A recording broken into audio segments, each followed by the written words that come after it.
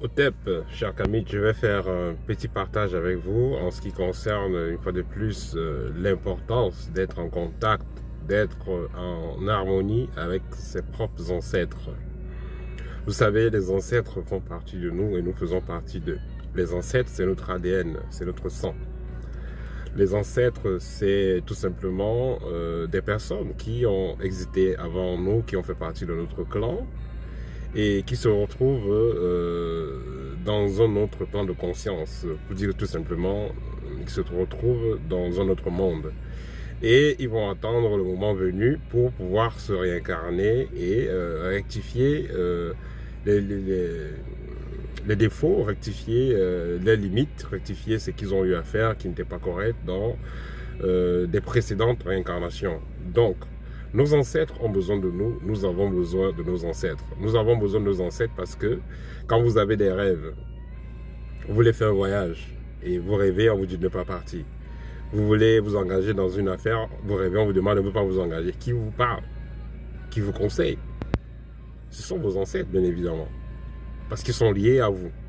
Et imaginez tout simplement que vos ancêtres, c'est un peu comme des parents que vous avez, mais qui se retrouvent dans l'au-delà, qui ne sont pas dans le plan de la matière.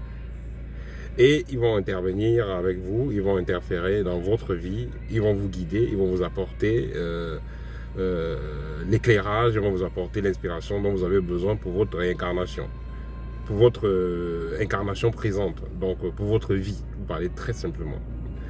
Donc si vous êtes en harmonie avec vos ancêtres, il est clair qu'ils vont vous passer des messages et ils vont vous assister, protection, inspiration,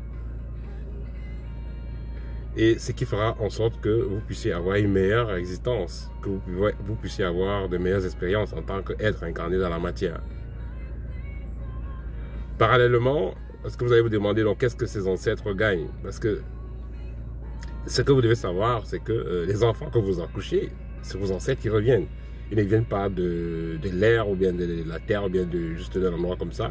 C'est vos ancêtres qui reviennent.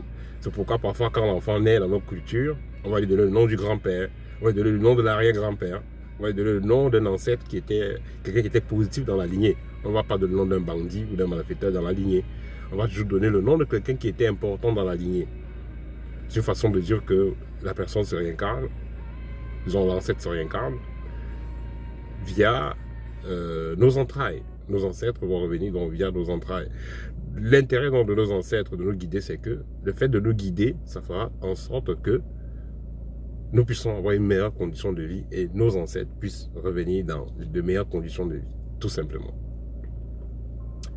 Ceux qui vont passer donc du temps à torturer leurs propres descendants, à torturer leurs propres enfants, quand ils iront de l'autre côté, s'ils réussissent à se réincarner, ils vont se réincarner étant dans des situations très compliquées.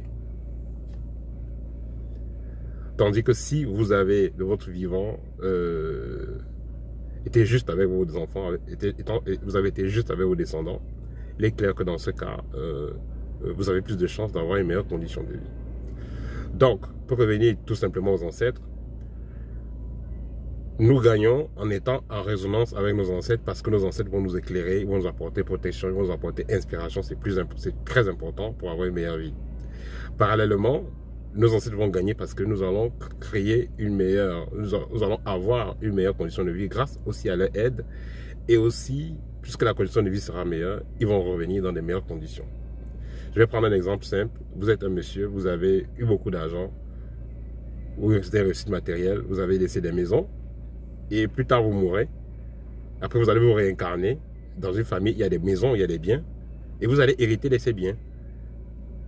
Donc vous comprenez donc que le hasard n'existe pas. Vous allez voir quelqu'un qui va hériter d'une famille, il a hérité beaucoup d'argent, quelqu'un n'a que 20 ans ou 25 ans, mais il pèse déjà des milliards, mais vous croyez que c'est le hasard. C'est pas le hasard.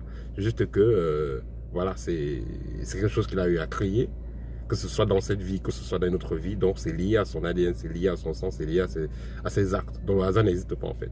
Donc vous allez voir quelqu'un qui est pauvre, quelqu'un qui est riche et tout, c'est pas le hasard. Quelqu'un qui a une bonne vie, quelqu'un qui a une vie triste, c'est pas le hasard. Donc ce que vous créez dans cette vie va agir. Vous allez récolter ça dans cette vie d'abord et aussi dans d'autres vies.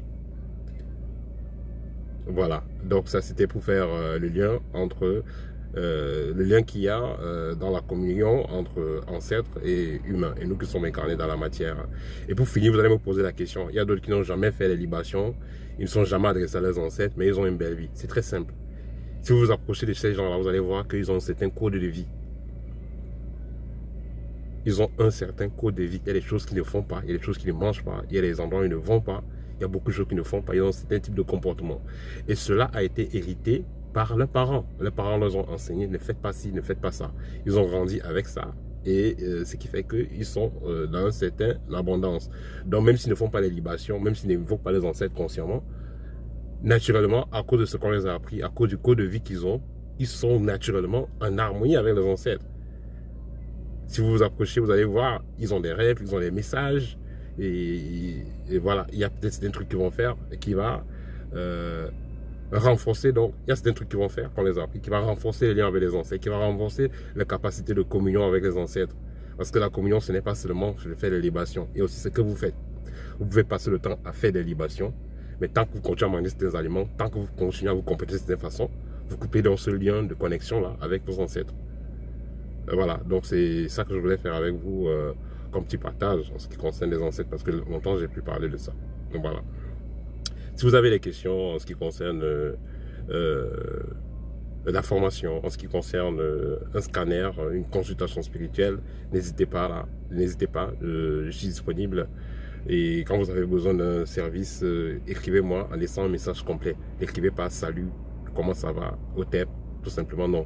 Laissez le message complet, je me ferai un plaisir de vous répondre. Au TEP et à très bientôt.